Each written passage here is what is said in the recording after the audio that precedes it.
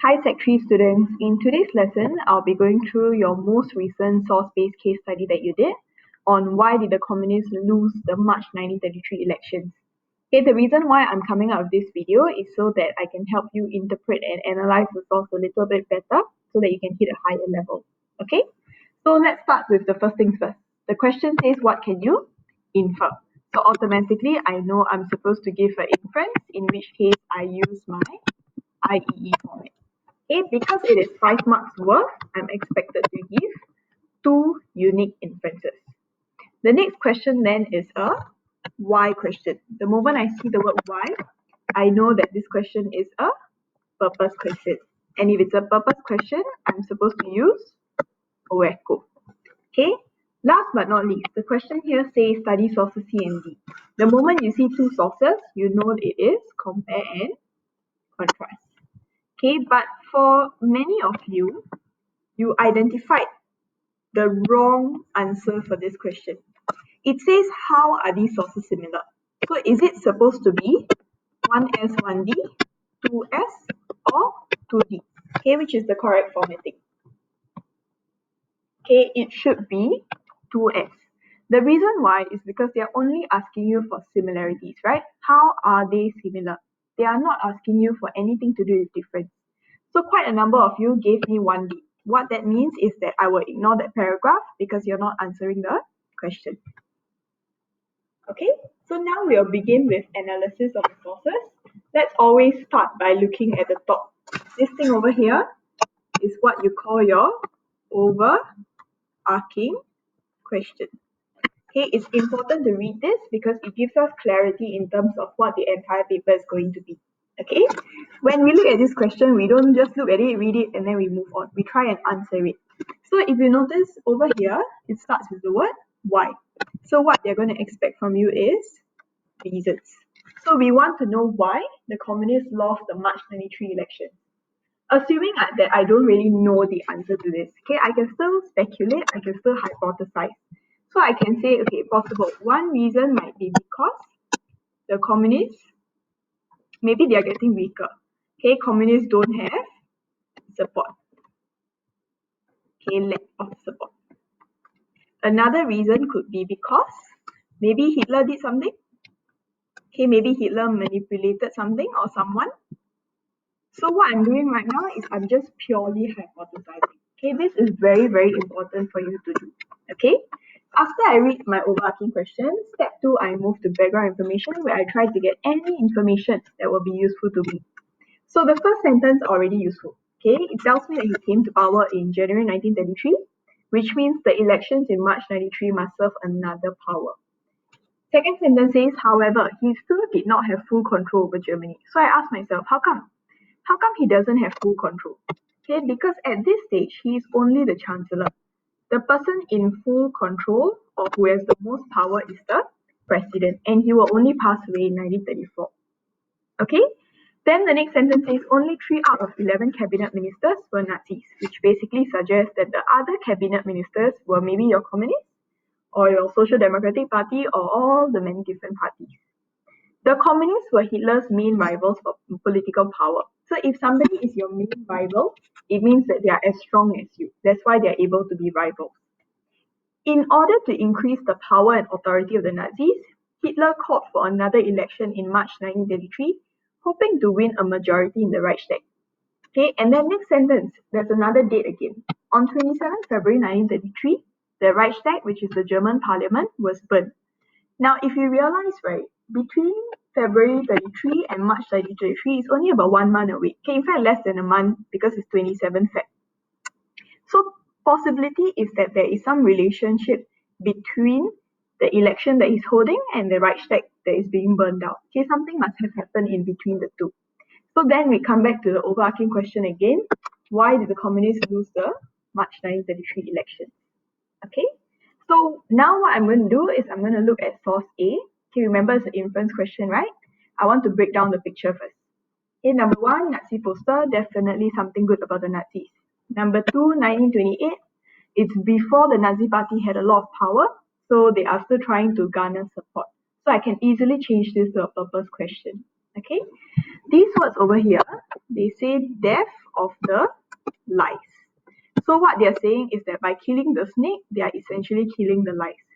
Next question then is, why is it that, okay, what do you associate with a snake?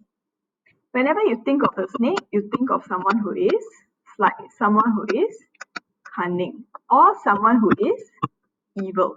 Okay, so unfortunately for snakes, they do not have good stereotypes associated with them. Then what are these words that we see? Okay, over here, in the caption below, it says that it's talking about the Jews.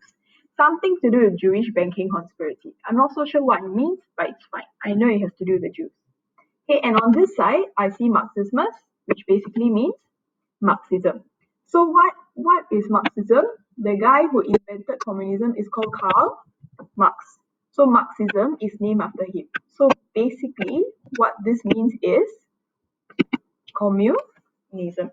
Okay, and then over here, we see a swastika sign. So what I'm doing now is I'm just literally writing down what is it that I see. But now I want to take it one step further. I want to infer. So what can you infer from this source? Okay, simple. I can infer that the Nazis are strong. Why is it that I can infer that they are strong? Okay, look at the hand. Okay, very, very muscular. In addition to that, you think about it, who in their right mind will go and strangle a snake using a hand? Nobody, right? So they're trying to say that they're very muscular and that they are very promising because they are able to kill a snake with their bare hands. Okay? Another inference that I can give, okay, there are many different inferences. Another inference I can give is that if I refer to the snake, okay, I can infer that the Nazi party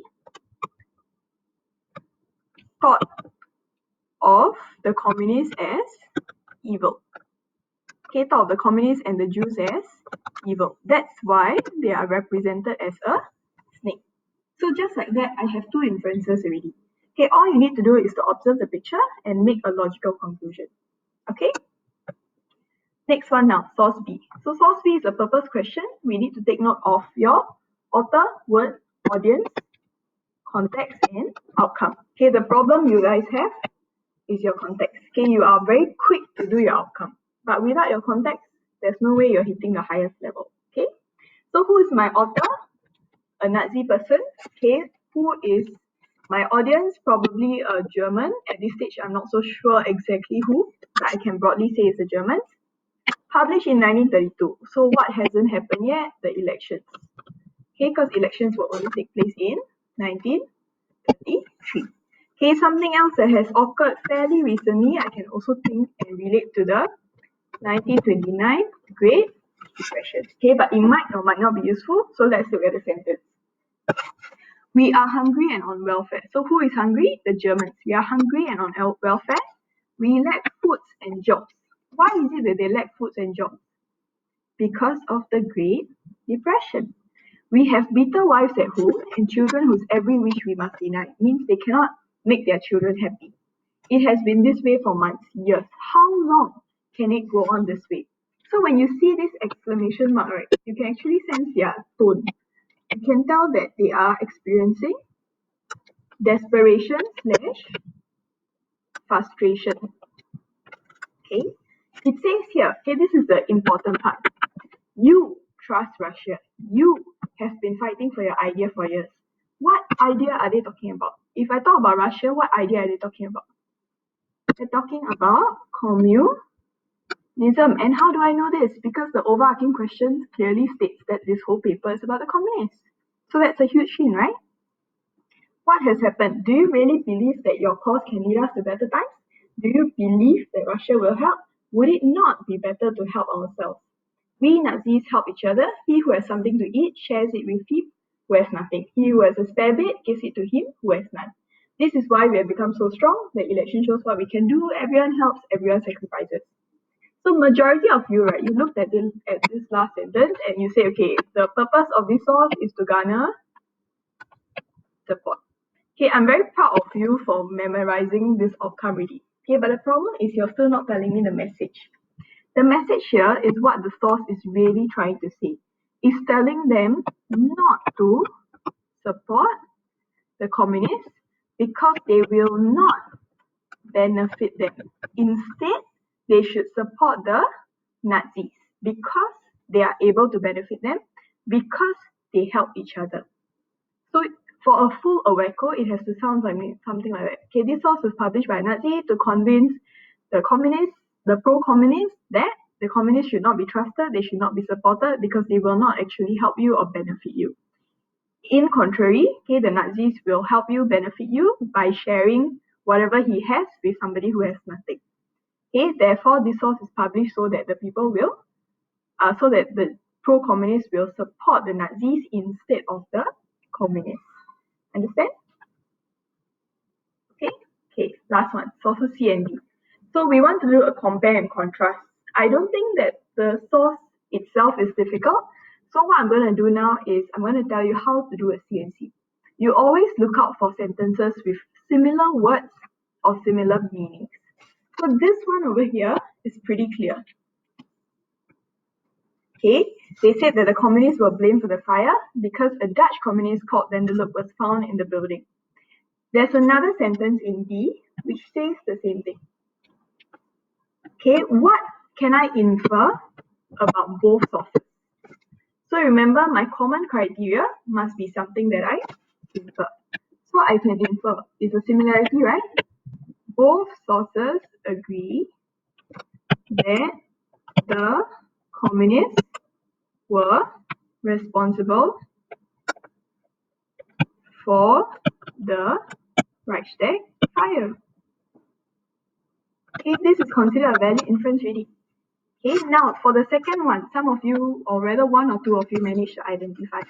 It says here, he expelled the communists from parliament and imprisoned many communist leaders.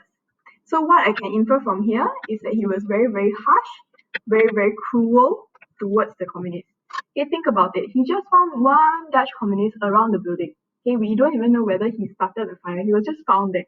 And yet, he used that to his advantage by getting rid of all the communists. So it's fair to say that he's harsh, right? Okay, in the same way, look over here. Is there any sentence which says that he's very harsh? Yes. Every communist official will be shot where he is found. So my second common criteria will be that, okay, both sources agree that the communists suffered, okay, or the communists were treated harshly.